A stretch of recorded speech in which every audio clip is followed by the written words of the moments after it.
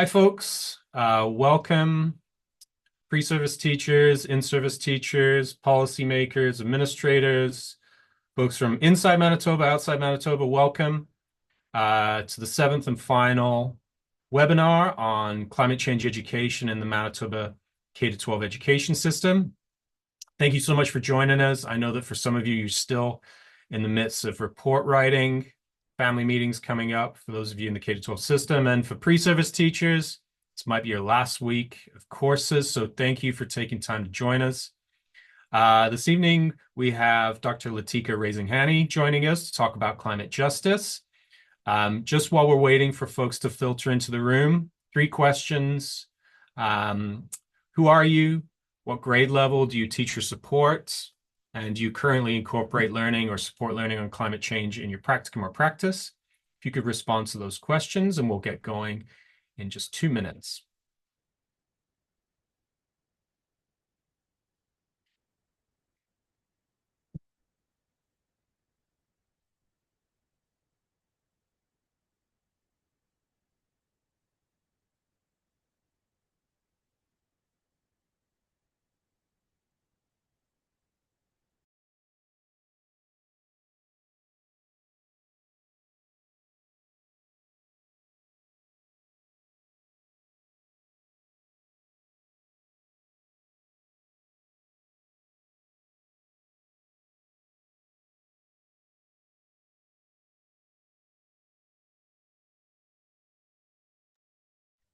Okay, we are going to get going here. This evening, I am so thankful to have Dr. Latika Razinghani join us. Dr. Razinghani is a assistant prof here in the Faculty of Education at the University of Winnipeg.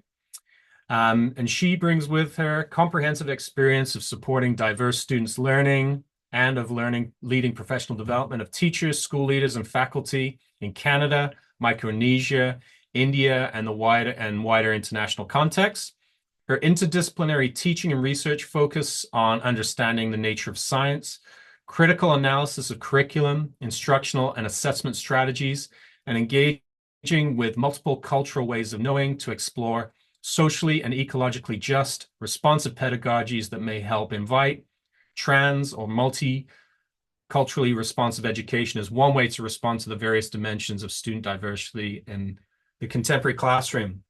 So thank you everyone for joining us this evening. Thank you, Dr. Razinghani, for taking the call to join this webinar series. So thankful that you put the time and effort into curating what I think is going to be a really promising and powerful presentation for us today. So Dr. Razinghani has asked that folks are welcome to respond with questions in the chat, and then we will look to probably take most of the questions at the close. So without further ado, welcome and thank you. Take it away. Thank you very much, Will. I'm really honored to be part of this learning community, and I wanted to say that it's your graciousness and the graciousness of the Green team of the University of Winnipeg that they have invited me to be part of this conversation. And I also wanted to thank all the people who have been engaged in organizing these webinars. And hopefully our collective efforts will bring some change in our own understandings and understandings of the people with whom we engage with. So today I'll be talking about climate justice and specifically thinking about how might we need to initiate conversations more closely around environmental racism and critical climate literacy. But before we talk about that, I wanted to acknowledge that I am an uninvited guest in the traditional lands of Indigenous peoples of Canada, and I'm very fortunate to live and learn and raise my children and teach and research.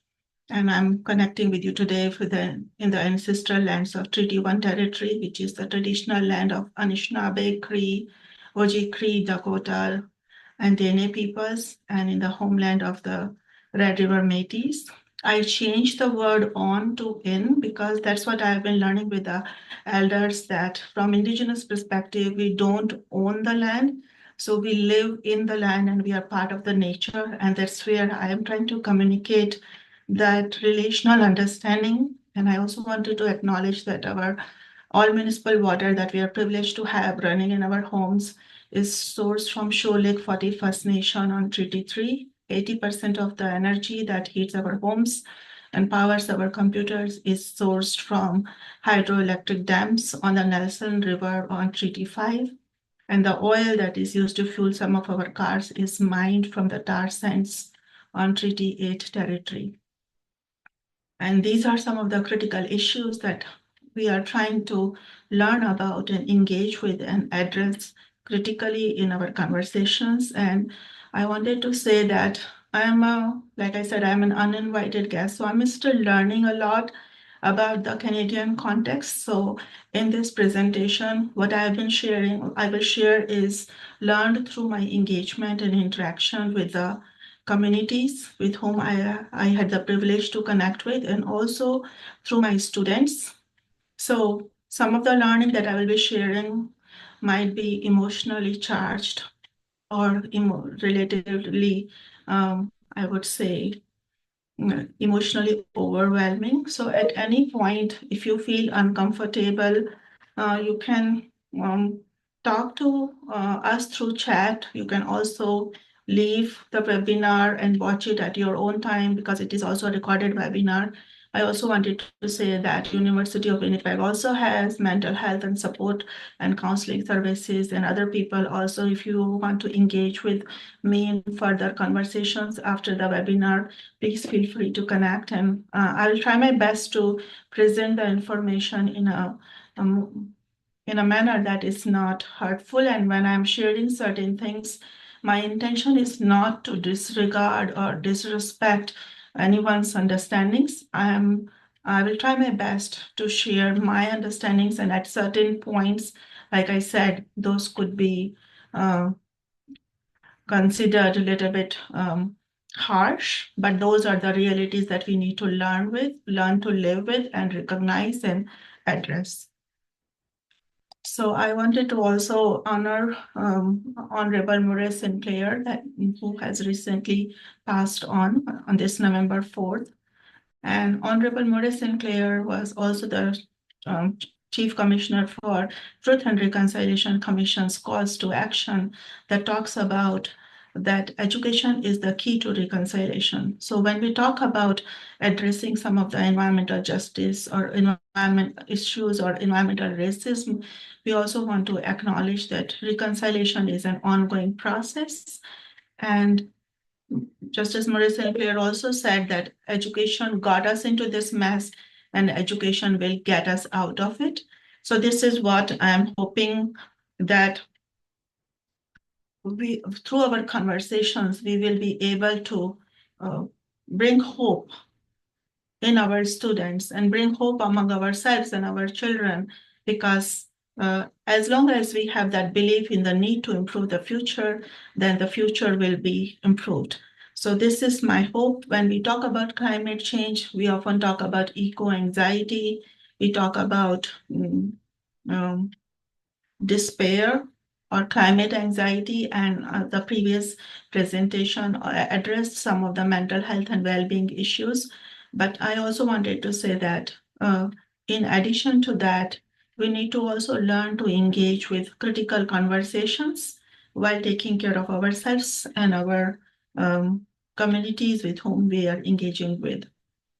So our agenda today, or the overview of the presentation, is thinking about what is climate change, a brief overview of that, and then how is global climate change and environmental racism implicated with each other? How do we see climate justice in relation to environmental racism? And then what role scientific literacy and specifically critical climate literacy might play. And I will also briefly discuss what opportunities for bringing these conversations Manitoba curriculum provides. And I'm very hopeful that many of you will be bringing more connections and more conversations. When I was growing up, And when I came back from the school, my parents, like people, when the children come back from the school, the parents ask, how was the school for you? And what did you learn? But my parents often ask, both my mother and father, especially my mother always asked, like, what did you ask a good question today? Or what questions you asked today? So this is where I'm beginning with some of the guiding questions. And like I said earlier, these are based on my understanding. So I may not be able to answer all your questions. And this presentation may lead you to new questions. And sometimes, like Wilson, who is an indigenous scholar, talks about that sometimes the answers are already hidden in our plain sight. And we need to learn to ask good questions to find those answers and relate them with those answers. So, thinking about that, I am hoping that these guiding questions today, where we are trying to understand how and in what ways human induced rapid climate change is disproportionately affecting vulnerable populations, and how might climate literacy help in addressing environmental racism? How might we invite critical eco-justice-oriented conversations that may inform cultural and environmental concerns of marginalized peoples?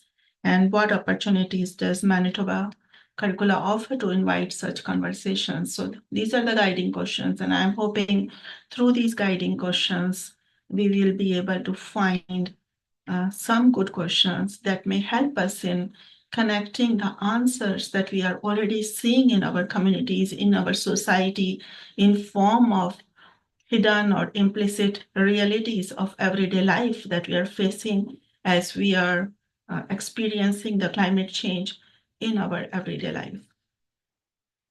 So climate change, when we think about it, sometimes you might have heard political arguments, and there are people who unfortunately still think about climate change as a hoax.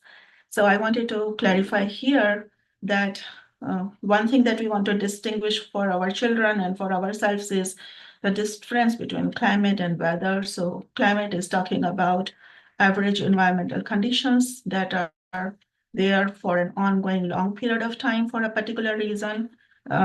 Like for example, if it is raining today, I might say that the weather is rainy, but that doesn't predict that it will be raining again and again and again. But if there is a month of October where we were supposed to have rain in Winnipeg, then I would say that maybe the climate patterns are telling that it should have been raining in October, but it didn't rain this year. So maybe that is one evidence that climate is changing. And scientifically, when we look at it, natural change happens in the processes of Earth's lifespan. So natural climate change is constant and slow. And it doesn't disturb the natural harmony that much.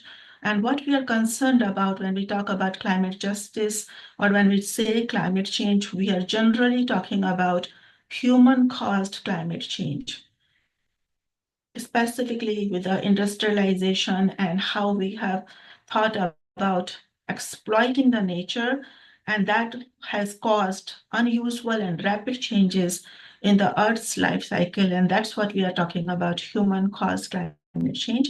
So NASA has a really good resource for helping children understand those differences, and also I wanted to recommend this Rink Watch and the 6 Ways of Climate Change that is affecting Canada. And I'll share the links with Will that you may look at it later. And I'll touch upon some of the things as we go on further in this conversation. And like I said earlier, if you have any questions at any point, please put them in the chat. I will be able to answer them in between, or if you have any questions you want to keep in your thought, you can also ask at the end.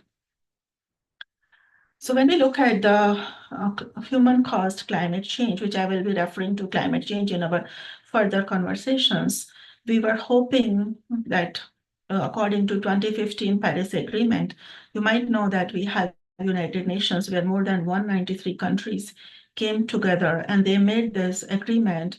It's like a legal binding agreement or treaty, you can consider it, that all United Nations member countries that they call states will reduce the emission of greenhouse gases to minimize the global temperature rise to less than 2 degrees Celsius above pre-industrial levels. So pre-industrial levels, they are considering between 1870 to 1900s, and after 1900s, they consider it is an industrial global industrialization has begun.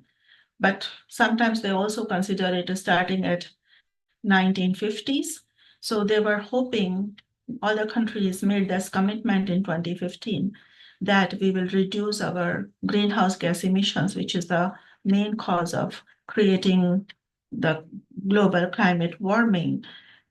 But as you might have seen recently in the news, a few days back, we exceeded that 1.5 degrees Celsius, and 2024 is so far the warmest year that we have experienced. And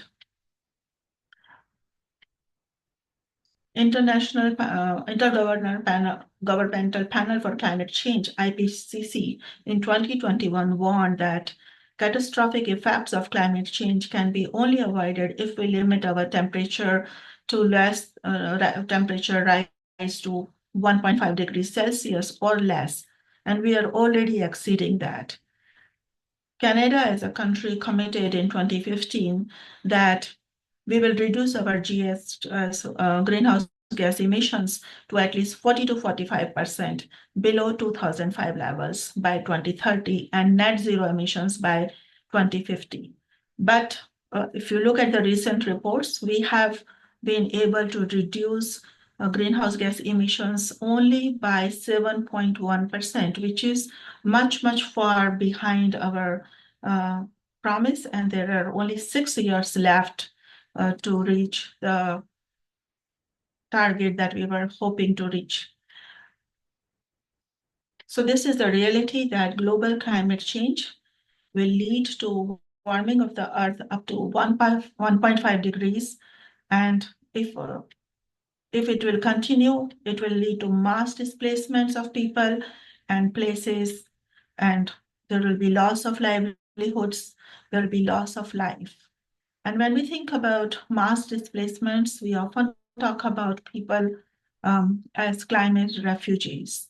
And I wanted to say that this is a form of a derogatory way of addressing people. I personally wanted to say that nobody would like to be a refugee. Nobody wants to leave their homes.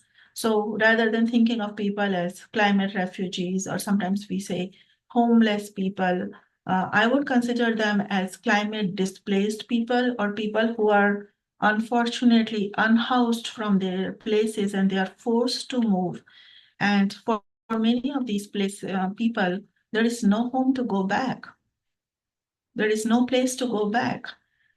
So this is where we want to think about how global climate change is creating a situation where people are thinking of their nation boundaries as their own property, and they are thinking of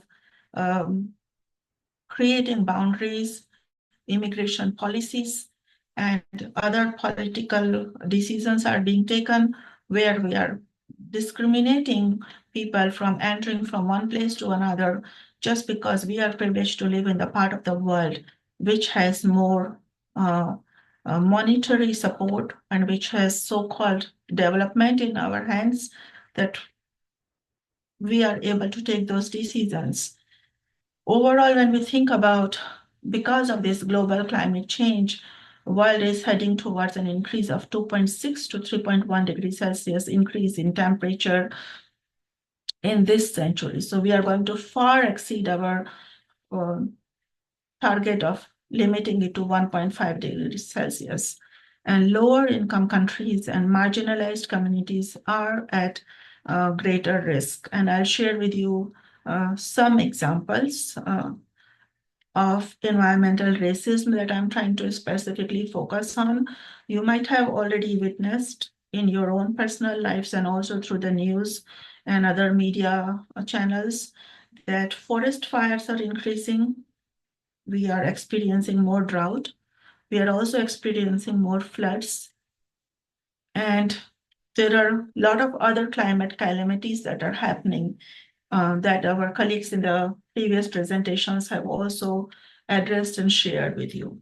So I'll share with you a brief historical understanding of environmental racism and then share some examples with you in the next few slides.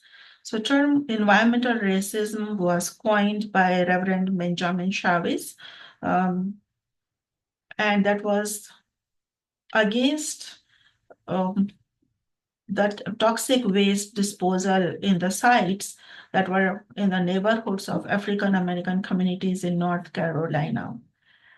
And then when we look back at that incident, there are many more instances in North America and in the global wider world where there have been intentional placements of hazardous wastes and people create landfills or have those industrial factories, coal mines, incinerators closer to the places where the marginalized communities are placed. And those are linked to, when we say marginalized communities, linked with race and poverty both.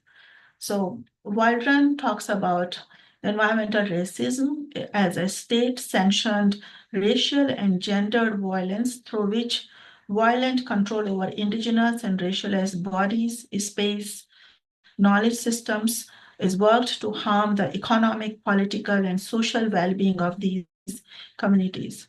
So when we think about colonization, it's not ended.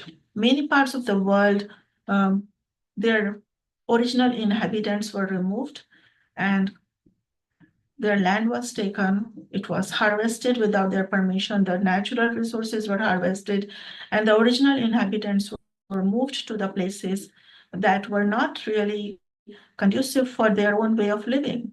And that has been the reality in Canada also. So settler colonialism has been an ongoing act that has been continuing to contribute toward environmental racism in Canada and also in wider global world. And I have been fortunate to live and learn with the communities in some of those places. So I'll share some of those examples in the coming discussion with you.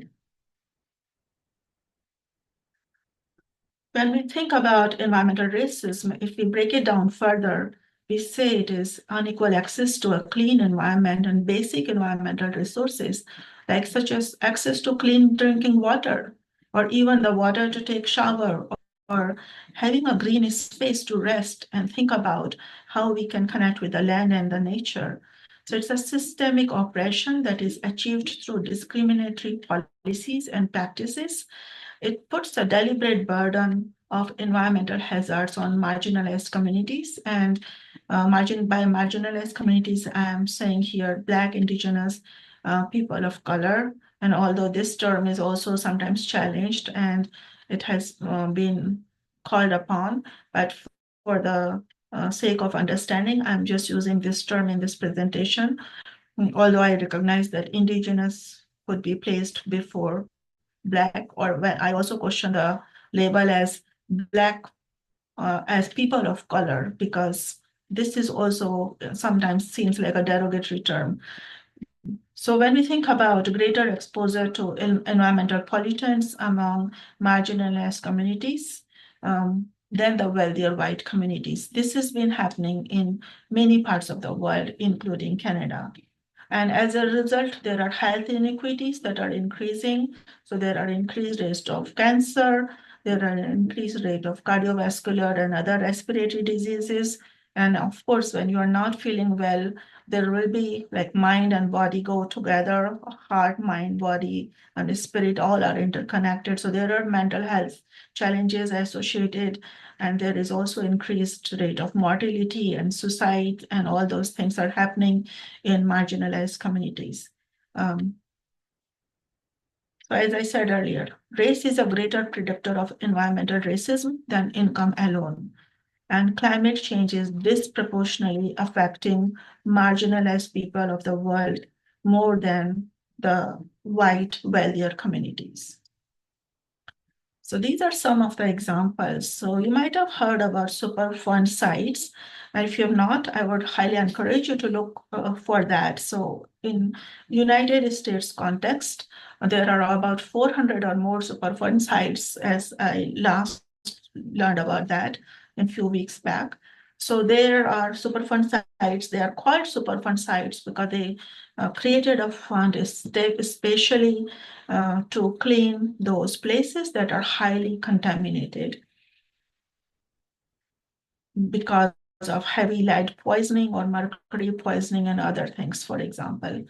And like I said earlier, it's not just in the past that has been happening. It has been happening more recently also. So there was a housing complex built in East Chicago in 2000s, and it was people knew about that place, that this land is highly contaminated with lead, but they built the housing complex, especially for Black American communities, and people were living in those housing complexes until 2016, when they started noticing, when they started thinking about, like, why are we getting more sick in these communities?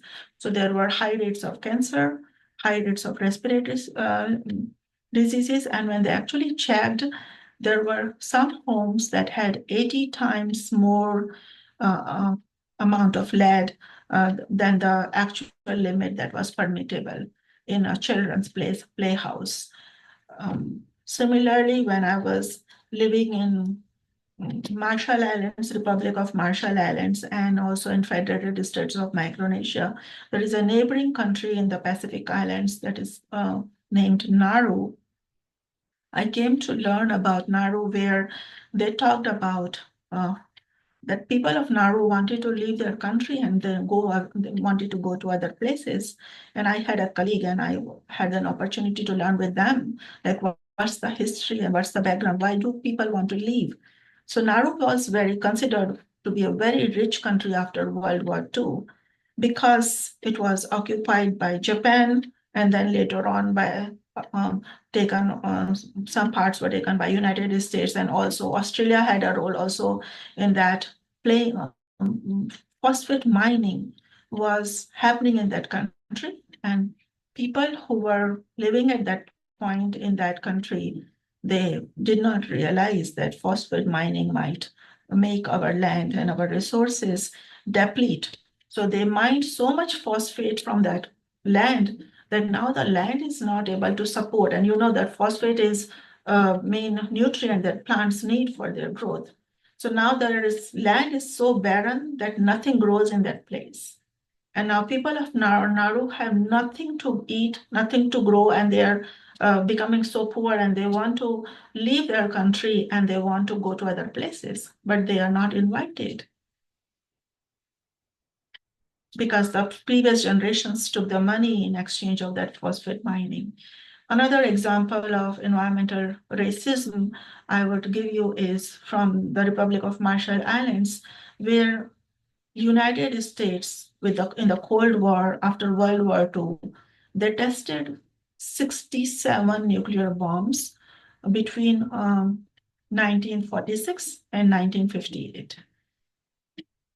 And one of those nuclear bombs was Bravo, first hydrogen bomb that was tested in Bikini Atoll. So many people might think that bikini is just a lady's undergarment, but it was actually an atoll. So atoll is a place where you can say that when we think about island is just like a dome of land, and then there is ocean around. But atoll is like a ring of land, and then you have ocean in the middle that is called lagoon, and then there is a strip of circular land that is called atoll. So people were living in this Bikini Atoll, and it is totally devastated, and it's really highly radioactive, and it has not been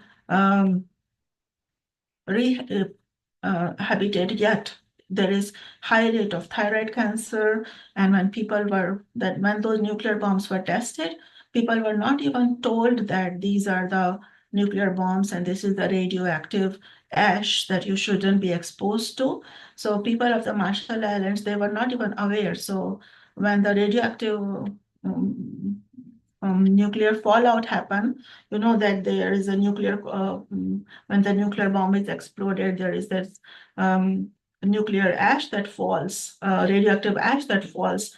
And people thought that is a communion from the God, and they ran out and they opened their mouths to receive that communion, and they took their children out and they actually gave them bath, or they rubbed the ash on their skin, so that they thought that their children will be getting a better health. And nobody informed them this is a highly radioactive substance and you will be actually risking your life. So when I came to learn about this through my students, I actually invited them to go and learn with the communities, because I was teaching them physics and chemistry, and we were talking about nuclear power reactors, and we were talking about radioactive half-life and balancing those chemical equations. And my students were not really interested in, or I was finding them very disengaged, to be honest, to say that. So when I came to know why they are disengaged, because they felt that this is not really addressing the realities of the life that people are experiencing in their community. And by learning alongside with my students, I was able to compile this book that has their contributions.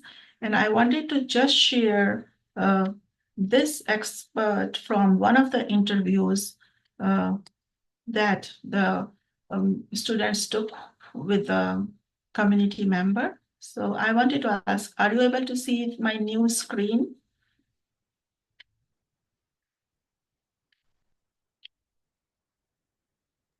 Okay, thank you, Bill. So I wanted to say that 67 bombs were dropped on the Marshall Islands. And then this is a community member. She said that she never knew that there were 67 bombs dropped on the Marshall Island.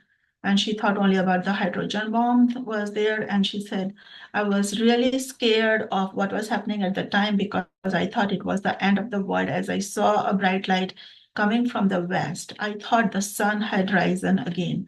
So sun rises from the east, but people thought that this is rising from the west. And there is nothing much done by the governments to clean the space. And this person is saying, I would really like it if my islands were cleaned up so that those who belong there could go back. She recalls that after the explosion, she went to sleep and she didn't play with the snow because they were thinking of radioactive fallout as the snow.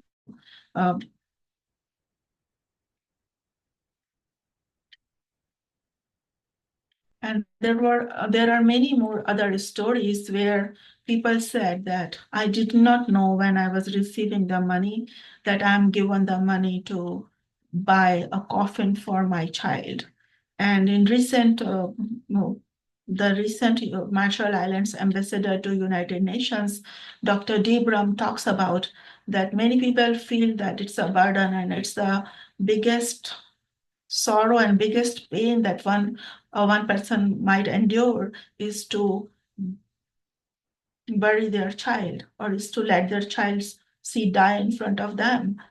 And this is a very hard reality, but many people in the Marshall Islands are facing that reality on everyday basis because their children were not informed, because those people were not informed, and their children are exposed to those harms even before they were born. So there were many miscarriages, there were many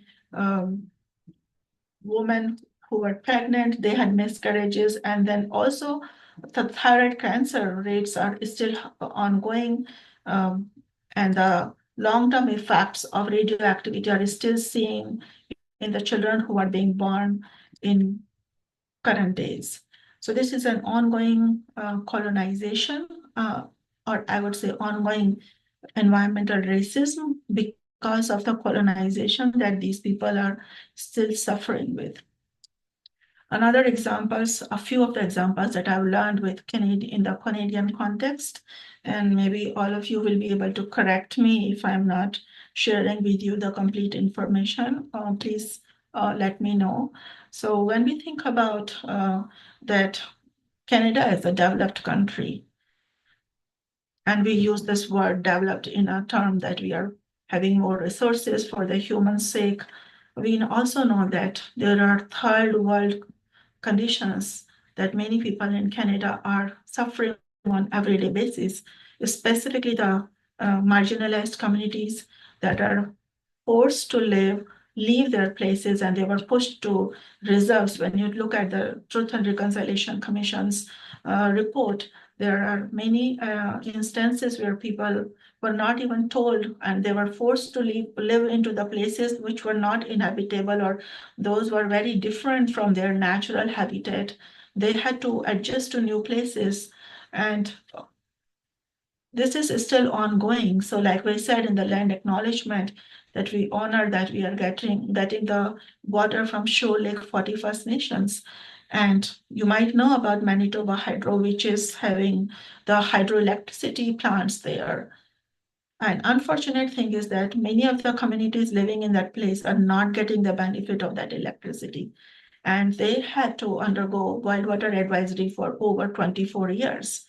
And I was talking with one of my students in Saskatchewan who had a relative in Yukon, an Inuit community, and they were saying that when I send my children to the schools, I tell them don't drink water because water is not safe.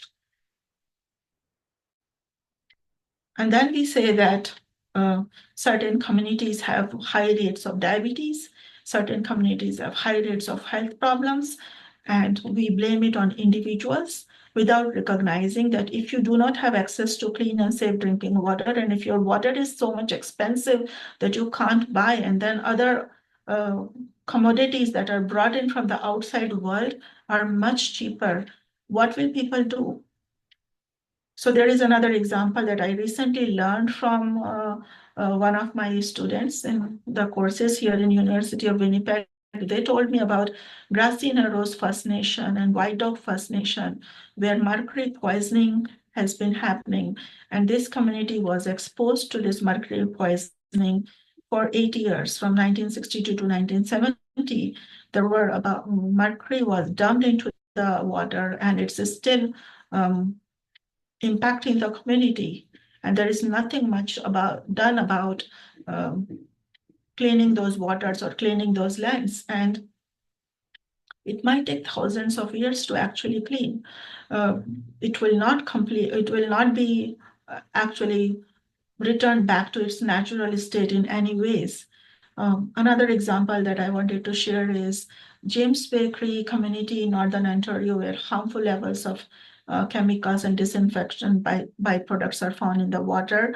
And this community's elder was saying that we don't have a boiled water advisory, but we are still advised to not use our water for bathing our children. So sometimes, because of the certain regulations, there might not be even advisory in place, so that they don't even get any kind of support or the funding to initiate some efforts.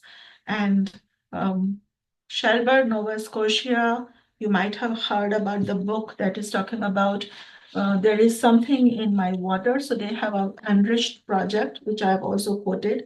This is the book that I'm sharing here, that talks about that garbage dump burning of the residential, industrial, and medicinal waste had been ongoing near this community that is mostly of Nova Scotian African peoples and Mi'kmaq communities from 1942 until 2016 they have recently stopped burning this waste, and that has led these communities to have long-term health impacts.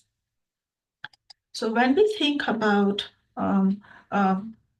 wider context, even environmental racism has been happening. We talk about that these things happen in the past or in 1960s, 70s, but I am also giving you this example of how do we privilege certain things in certain instances. Like Olympic Games are still ongoing, and we spend a lot of money on those games, although they have their own privilege, or I would say they have their own place. But we also want to see how they are being organized and whose voices are invited and whose voices are ignored when we organize certain things. So this is a paper by Dr. Cole and O'Reilly, and I was fortunate to learn alongside with them during my doctoral program at University of British Columbia. This is a paper that they wrote about, and they're talking about that Olympics that happened in Vancouver in 2010. They spent about $10 billion in organizing those Olympics. But there was the land that was used for those Olympics were of the Whistler communities that were living in that place for more than 14,000 years. But they were not asked for anything. They were not even asked that if you can organize these games in their traditional territories. And even after the Olympics, so people came, played the game, earned the money, businesses happened. Maybe people enjoyed, athletes won gold medals, silver medals, and they went back. And Canada as a country said we successfully organized the Olympic Games. But what happened to the communities whose land was used to play those games? So this is what they are talking about in this paper. Whistler is on part of our traditional territory. After the Olympics, we will still have no electricity at home except what we make ourselves. No running water, no phone service, no paved roads, no salmon, no four-legged, no possibility of jobs. But we will still have clear-cut polluted rivers, coercive relationships between some of the oligarchic elites and the government, and we will have the Indian Act, the white Bible of Indian messianism. These Olympic Games will not help us. The International Olympic Committee is the main beneficiary of the Games. So when we think about United Nations Sustainable Developmental Goals, we talk about equitable rights. We say no poverty, zero hunger, good health and well-being. And here we are talking about goal number 13, climate action, which seems very, very far because we can't reach. Those are all overlapping goals. We can't reach to this climate action if all our other goals are in jeopardy and they're not addressed, and we are not treating people on equity basis or not treating people with justice.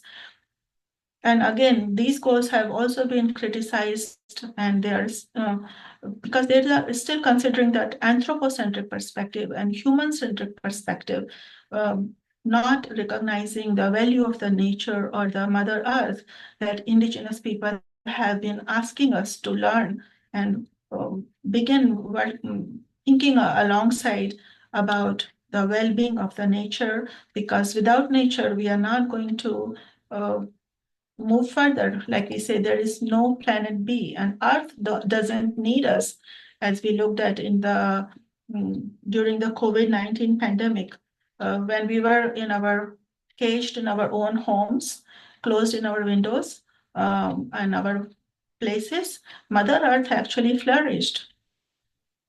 Many of the other species, other than the humans, they actually flourished. So when we think about independence, empathy, equity, personal responsibility, and intergenerational justice, this is where we want to think about how do we learn alongside.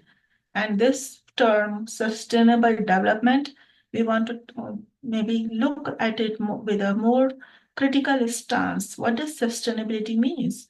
And when we say development, it is development for whom?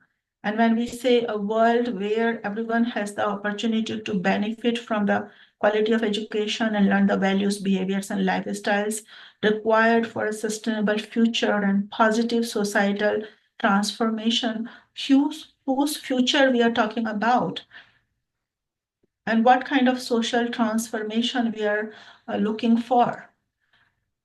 Because when we look at the impact of climate change on global human rights, these are some of the realities. So I'm going to read these to you, and this may be a little bit disturbing, but this is the reality, and these are not actually very recent data. These are the data from 2021.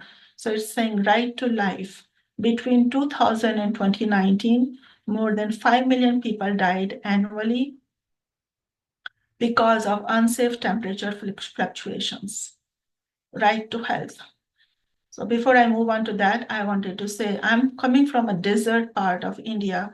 When I was growing up, many times I saw my parents getting up early in the morning and they were turning on the tap because at 4 or 5 o'clock in the morning, before even the sunrise sometimes, because they wanted to save the water so that we can drink water for the whole day. And sometimes when they turned on the tap, no water came, only the hot air came. So I have lived in those desert places, and I wanted to say that even right to life and right to have clean access drinking water is a very, very critical need that I've experienced myself in my personal life. So when I see people drinking half glass of water and throwing half, I feel really disturbed. And I want to encourage people that sometimes we say that small actions would not work, but I would say you need to begin with yourself, because everybody's small actions would make a bigger change. And we can start sometimes collectively at a bigger, it could be a top-down change, but it can also be a bottom-up change that we are hoping for. So when we think about right to health, between 2000 and 2016, the number of people exposed to heat waves increased by about 125 million.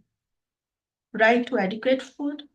In 2020, close to 16 million people across 15 countries were affected by food crisis driven by weather extremes and natural hazards. I was also talking with my students that on average, Canadians, we waste about 3 million metric ton of food, which could be used to feed a small country for the whole year.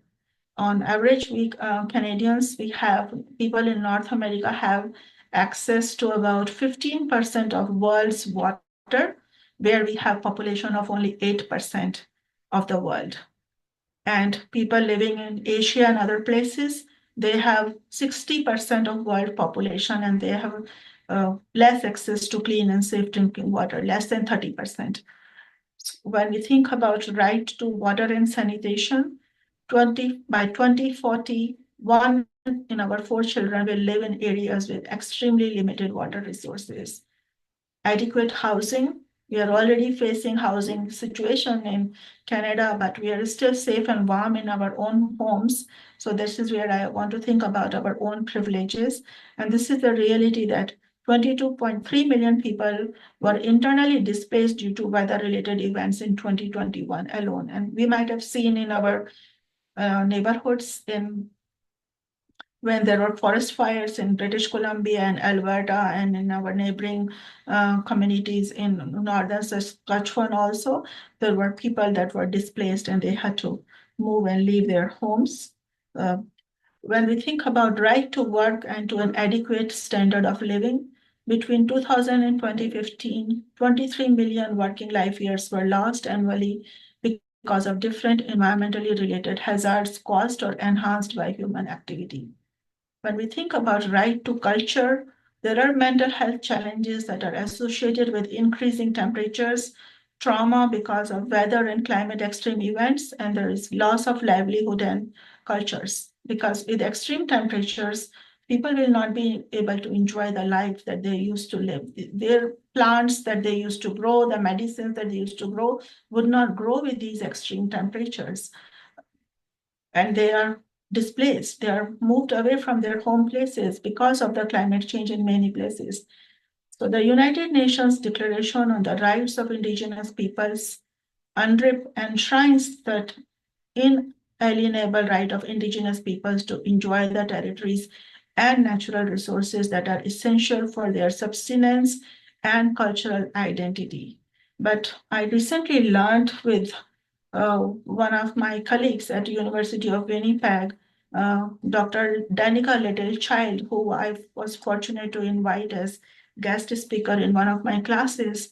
And Dr. Danica Littlechild told us that this UNDRIP was accepted by the United Nations countries, like I said, more than 193 countries, most of them accepted it as soon as it was introduced in 2007, and only 4 countries in the world were not acknowledging it immediately.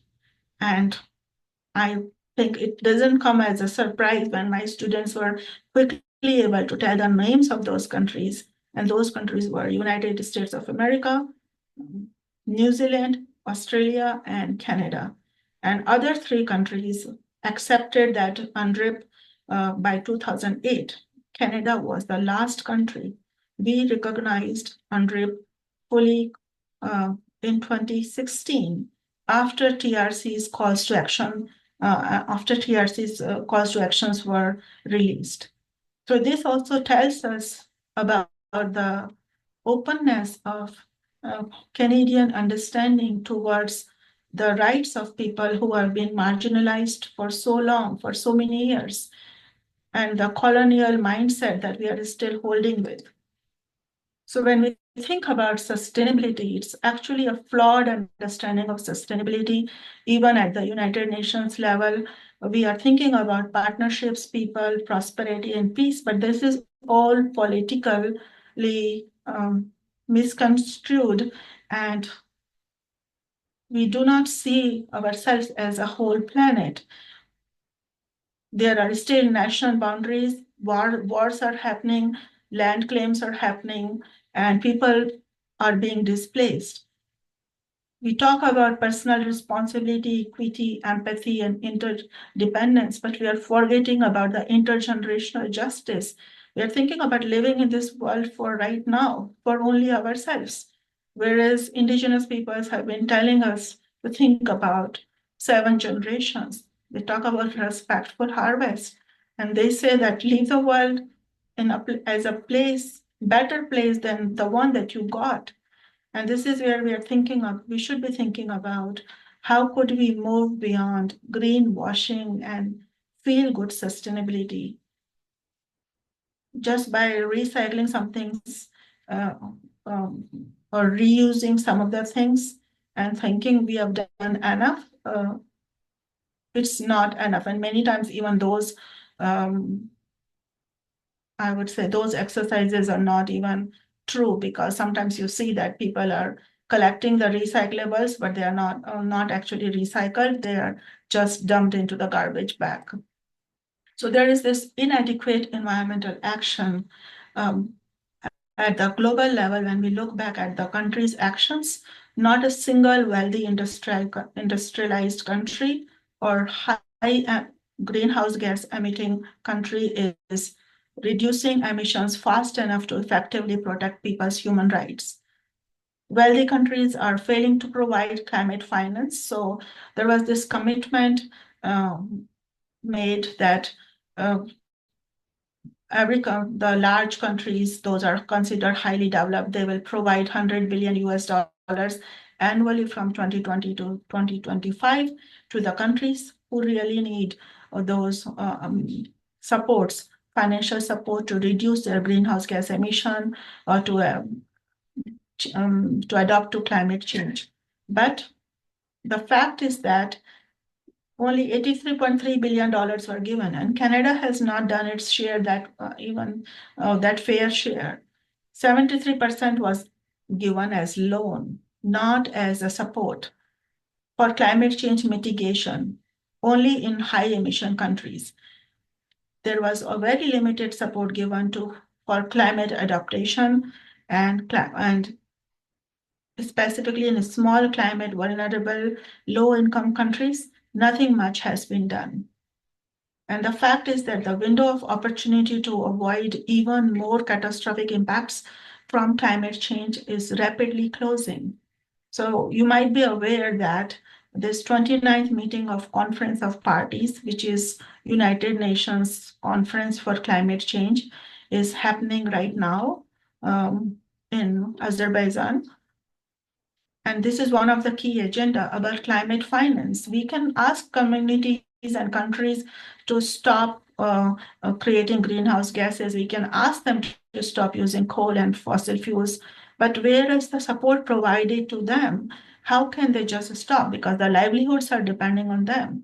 What are the alternatives? When we say clean energy, is it actually clean energy, or are we creating more nuances for them? Like we have seen here in Manitoba context, when we talk about electricity, it is considered a clean energy.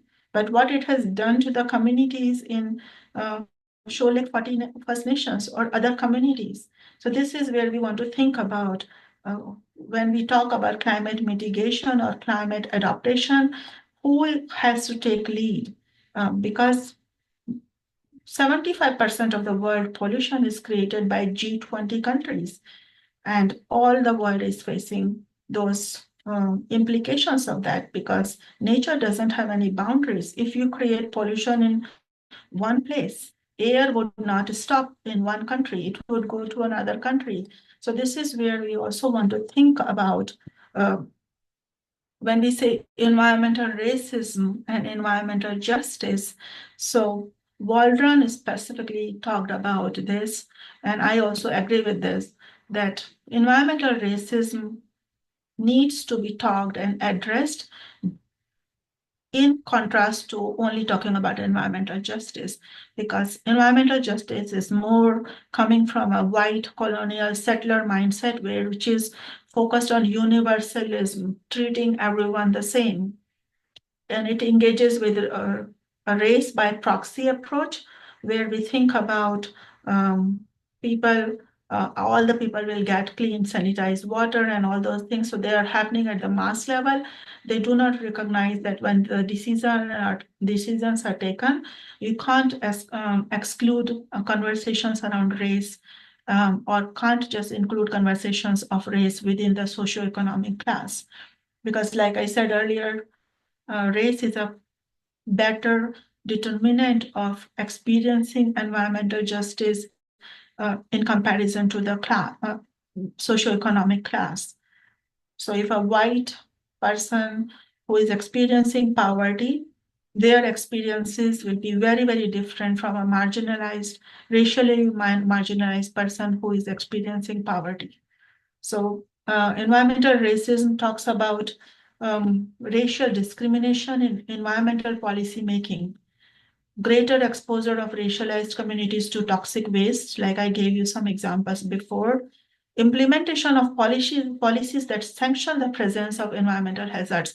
So there are deliberate policies that people already knew, like I gave you one example, people already knew that land was heavily exposed to lead, but still the housing complex was allowed to build, and the communities were asked and invited to live in those places. There is a lack of political power in decision making. There is differential rate of contaminant cleanup. So if something happens in a prominent place where wealthier communities are living, things get cleaned up faster. And if the things are happening in marginalized communities, it might take years for even people to notice that something is wrong here and something needs to be addressed. There is disproportional access to environmental services, like simply the garbage removal or transportation facilities are not even provided on an equitable basis. So when I think about this in relation to my work that has been focusing on culturally responsive education, so I'm now transitioning to how do we invite those conversations into our schools and into our communities. And I wanted to highlight here, so think about that. So we sometimes just tolerate or accept or respect the difference, but transmulticulturally responsive education talks about engaging with the difference with affirmation, solidarity, and critique, recognizing that I might have a different worldview and different viewpoint from you, but we can still engage in the conversation in a respectful manner, and I can learn something with you and with your perspective. It talks about inviting relational care, where we treat people as they would like to be treated, not as you would like to be treated in a similar situation. So putting your foot in somebody's foot doesn't give you the understanding how they feel, because even if you have put your foot in their shoe, foot is yours, feelings are yours. So you can't ever feel how other person is feeling. So better ask them how they would like to be treated. And having that critical cultural consciousness. So when we have students coming in our classrooms, sometimes we label them. We say this is a refugee child, or we say this is a person coming from this background and that background. And like I said earlier, who wants to be called a refugee? Who wants to be called a person who doesn't have a home? Is it their choice? So then why do we think about labeling people based on those things? And we want to question what kind of conscious or unconscious biases I might hold as an individual based on my limited experiences in this world and based on my limited engagement with the people. And what should I do to develop empathetic relationships where I can engage with people in a respectful manner? And sometimes if I experience some aggressive behavior, I don't just judge and label people based on that one instance. I try to understand where they're coming from and what is happening. And thinking more about this equality and equity. So people often think about that maybe this is justice that we are. So equality is we are treating everyone the same, like you see in the left figure. But this is the inclusive education model that we follow in the schools. We say that we provide additional support to the people. And maybe some people think this is enough. But I argue and I say that if the support is removed, this person is going to fall. And they're also limited by the support. Like there is no support, they can't really experience much, they can't be part of this, even watching this game. And sometimes we think about removing the structural support, and this is where we think about environmental justice also. Only talking about justice sometimes does not really invite those conversations that need to be addressed and brought in context of schools and also in context of environmental racism. So people might think we have removed this structural barrier and now the people are fine, they are who they are. But who has been invited to be part of the game? Who has been invited to be those tables which make decisions? Who can be part of those games? And whose children are being able to be part of the players? So this is one example here. When we think about justice, only justice without understanding how racism plays a role in that justice is not sufficient. When we think about climate literacy, critical climate literacy, we can think about literacy not only as the ability to read and write. We want to think about literacy as the ability to understand, make informed decisions, and act with respect to complex topics. In the field of environmental education, there have been various ways that understanding of environment and literacy have been conceptualized. So I'm bringing you here 3 different ways that terms have been introduced. So environmental literacy talks about actions. They talk about taking action and making students environmentally literate citizens who are aware of environment and environmental issues and taking deliberate actions to act and solve certain environmental problems. When we think about ecological literacy, they talk about the knowledge that is necessary for making those informed decisions that we're talking in the first one.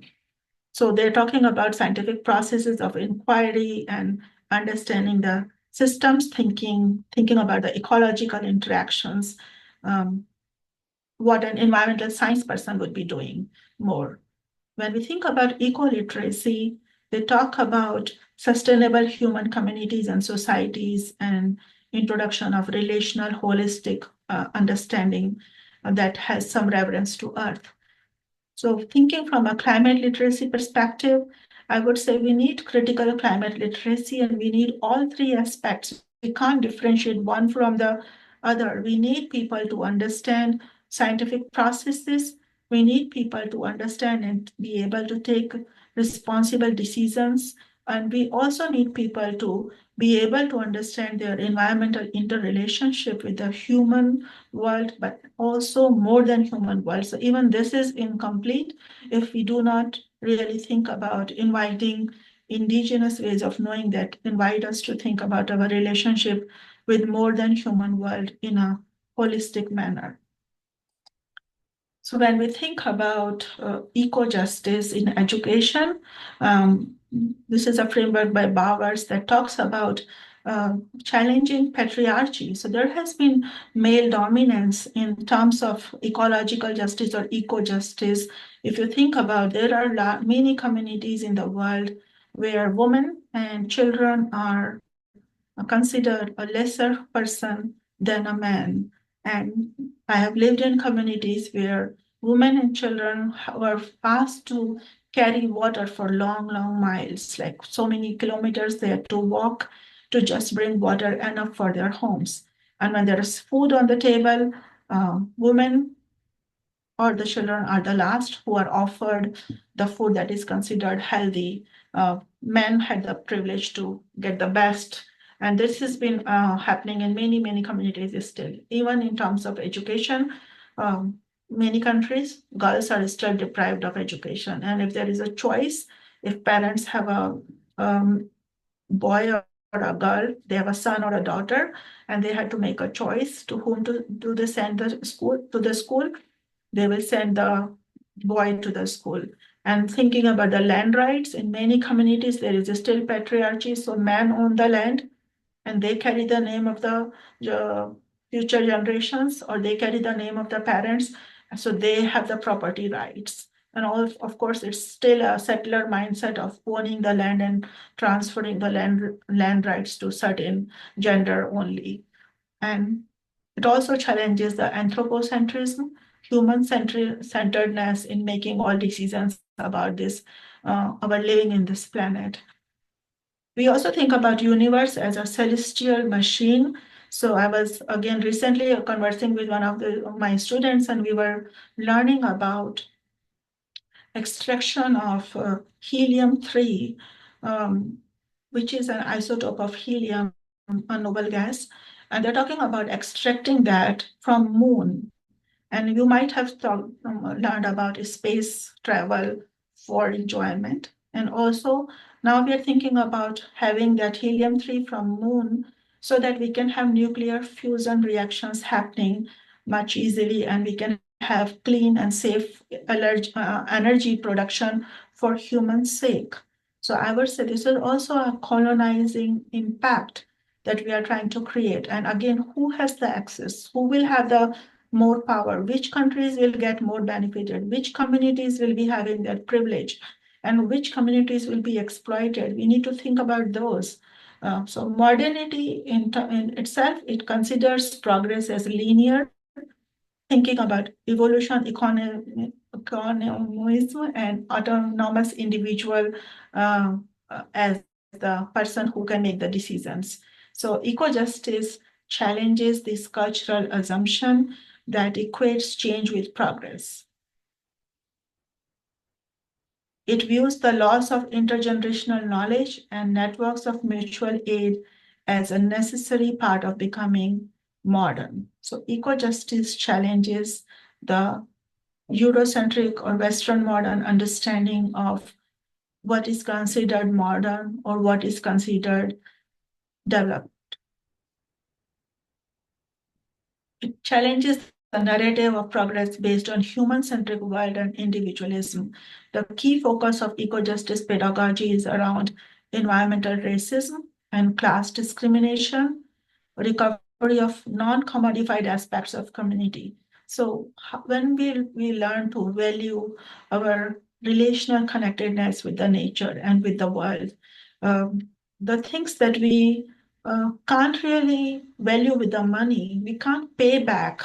People sometimes say, I will pay you back, but you can't pay back. You can't return the nature to its own state. You can't pay back once you destroyed it. No matter whatever you do, it will not return to that natural harmony. So we have that responsibility for future generations. And eco-justice pedagogy wants us to recognize that future responsibility for future generations, that indigenous ways of knowing also talk about that we are in this world thinking about leaving it better for our next 7 generations at least.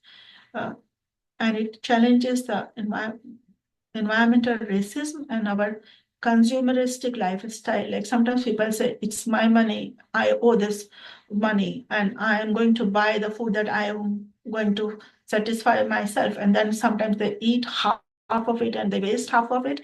So or sometimes we buy unnecessary things. So I want to add another R when we say for the recycling and reusing.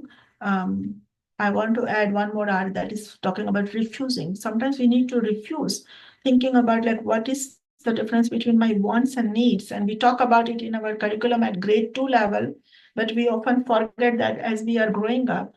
So when we think about ESD, that has been, even we had a decade of environment education for sustainable development. Canada has a decade of ESD education from 2004 to 2014, if I am correct, or 2005 to 2014.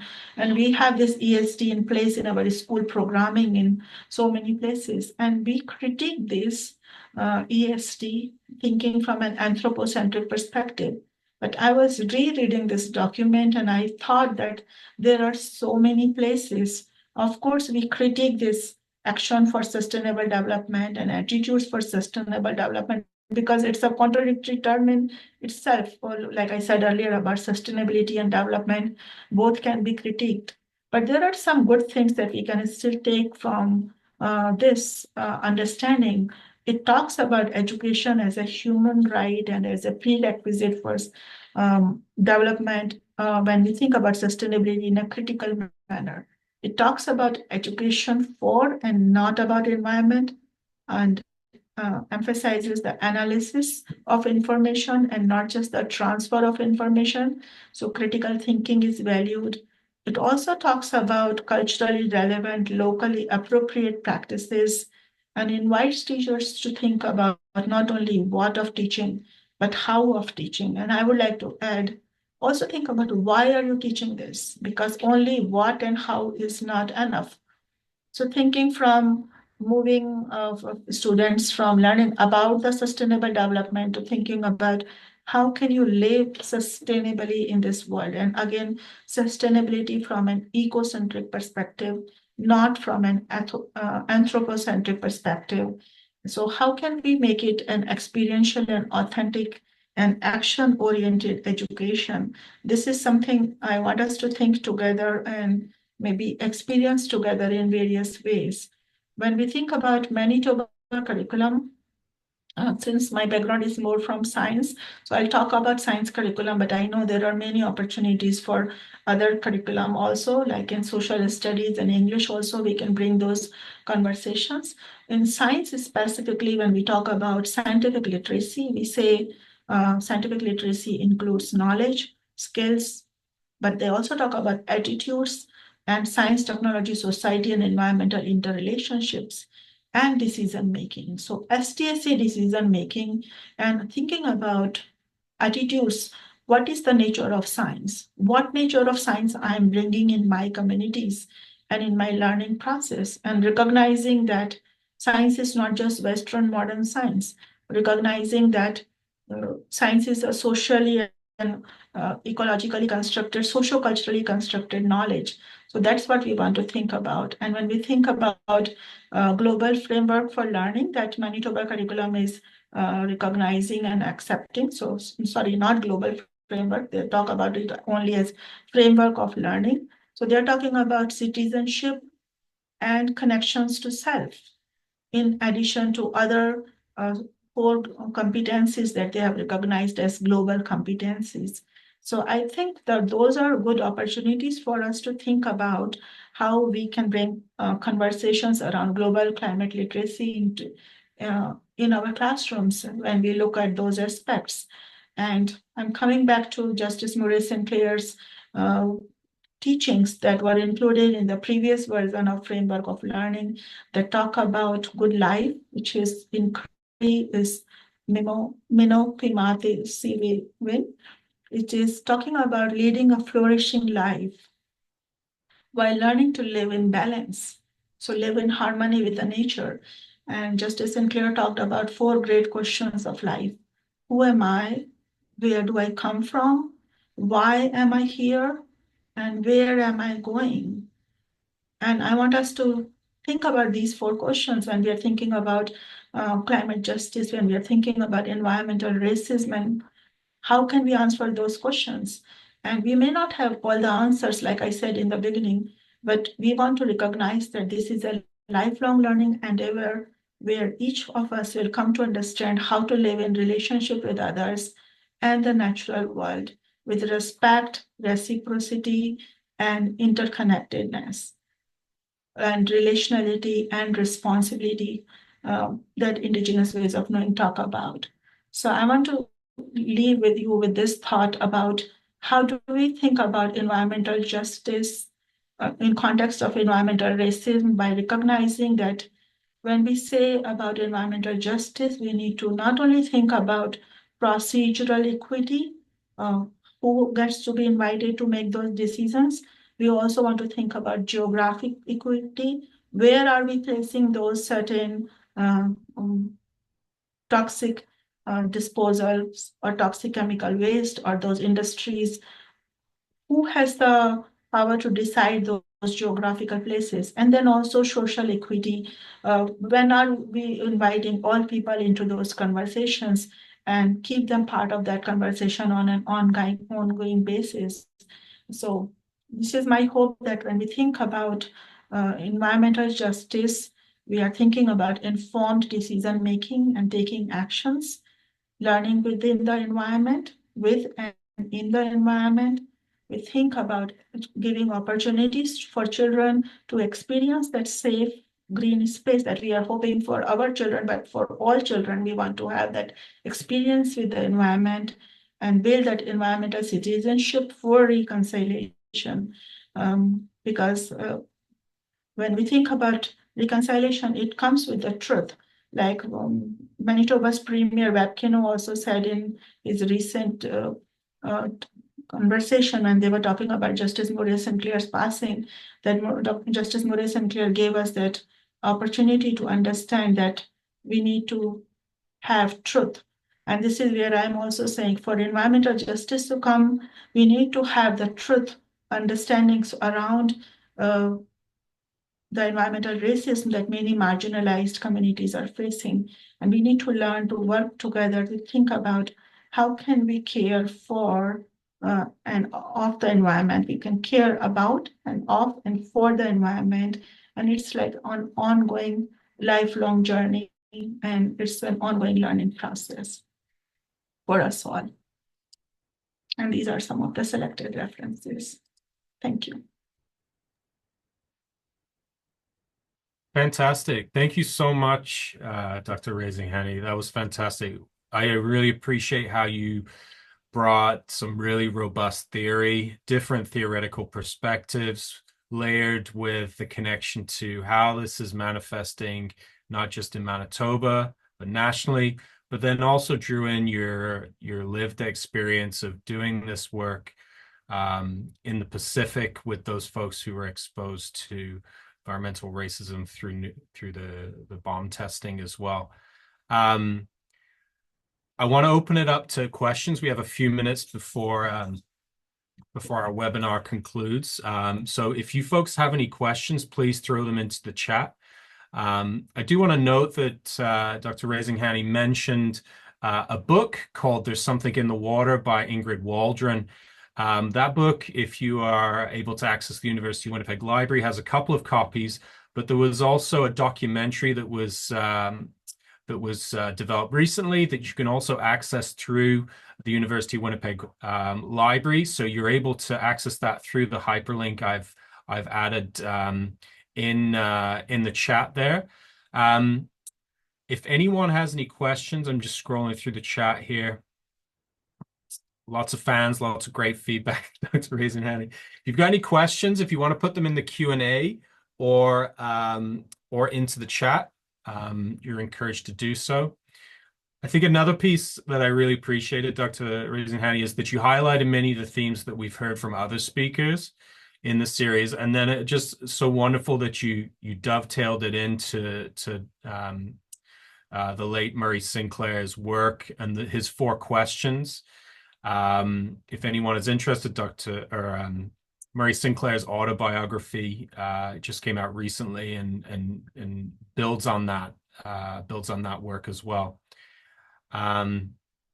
There is a question around where we can access the webinars.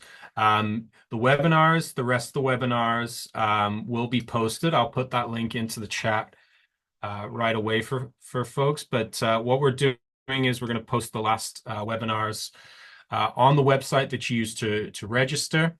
So I just put that in the chat there. Just for folks interested, what we're going to be doing is we're going to be surveying pre-service teachers and non-pre-service teachers for their experiences from the webinar. And if you are a pre-service teacher and you complete the webinar, we have a range of books that we're going to award to people. This one's fantastic. They're all fantastic. I'm just going to show a couple here. Thanks, Mike. You put Murray Sinclair's autobiography in there. So these are books that have been recommended by some of our webinar facilitators that will be available for pre-service teachers if you're selected, who complete the survey here. There. Any final remarks you want to share, Dr. Raising-Haney? Thank you. I just wanted to say that as I'm learning with my students, I'm becoming more aware of so many new things that I need to still learn. So this is what I wanted to also say to the people, that sometimes we become a little bit anxious and think about, oh, I don't know enough, or I shouldn't be doing this. But education is a great risk that we need to learn to take with ourselves and with other people. So I wanted to just share one of the quotes that my papa used to tell me is about education. He said, education is the greatest wealth. And as a child, I was telling him, like, why it is the greatest wealth? And thinking from a materialistic perspective, we also think about only the money, like when we think about wealth. But his understanding of wealth was a different one, thinking about the values and other things that we learn through our humanly interactions with ourselves and with others. So he said it's the greatest wealth because once you earn it, no one can take it away from you. And the more you share, the more it grows. And this is what I wanted to say to the teacher candidates and also to the other people, that sometimes the things will be new, and sometimes you will find yourself in a place where you know nothing about. But I think that's a good beginning space to realize and recognize that I'm here to learn many, many new things. And I've been into different places, and I've been very fortunate to learn alongside with the communities. And I've taken that risk to educate myself. And I'm really fortunate that I also took the risk to be part of this webinar with you. Absolutely. And I really appreciate, I think that's a beautiful note to end on today. So particularly because there's so many pre-service teachers who are entering into their practicums right away, to step forward with humility, with curiosity, but also making sure that we frame our work with justice. And I really appreciate how you've brought that perspective for us today, not just through the theory, but through your ongoing work in terms of engaging with environmental justice. So unless there's any further questions from our audience, I just want to reiterate and extend gratitude to the folks who have worked to support this webinar series. Firstly, Evan, who works for Events. If you've been on campus, you've seen Evan. He's working hard. He's been here for every one of these events over the last 7 weeks. I want to thank the Prairie Climate Center, the folks there, for running 2 webinars. Heather Ecton from Seven Oaks School Division, Mike Link from the University of Winnipeg, Heather Krepsky from the University of Winnipeg, and Dr. Raising-Haney from the University of Winnipeg as well. And lastly, to the Accelerating Climate Change Education Fund, who has helped pay for the services to provide these wonderful books that some of you will be able to access through the survey, which we will distribute to everyone who has registered for this to get your feedback on that. And I know that everyone who has participated in these facilitating these webinars would welcome any feedback or additional follow-up questions if you have any, because this is important work. So we will share the information on the survey through the email addresses you've used to register for this in a week or two. So for everyone out there who has helped with this webinar series, who's stuck around, who's attended 1, 2, 3, or all 7, we really appreciate it. And as you head into practicums or back into the field, we really appreciate it. Okay, so thanks everyone, all the best, and take care.